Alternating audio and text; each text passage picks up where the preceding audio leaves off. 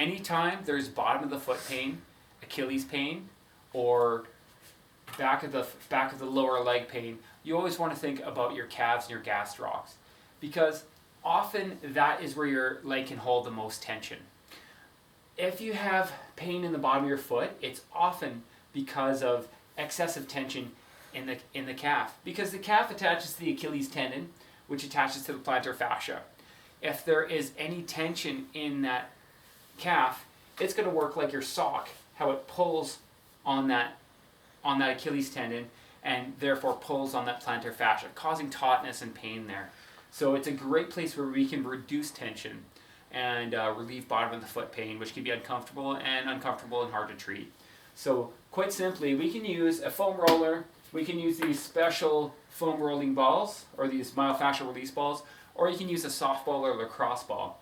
So simply what you want to do is find the trigger points in your gastrocnemius, which are typically about the width of your hand down from your knee and on the back.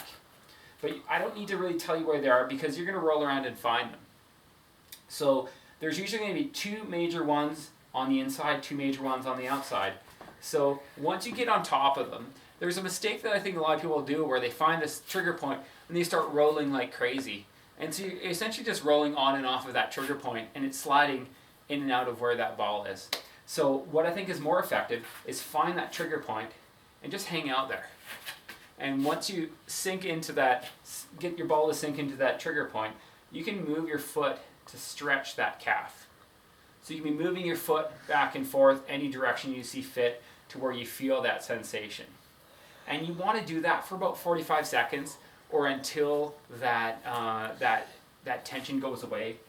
And then you can move on to your next one. So move on to your next trigger point. Found it.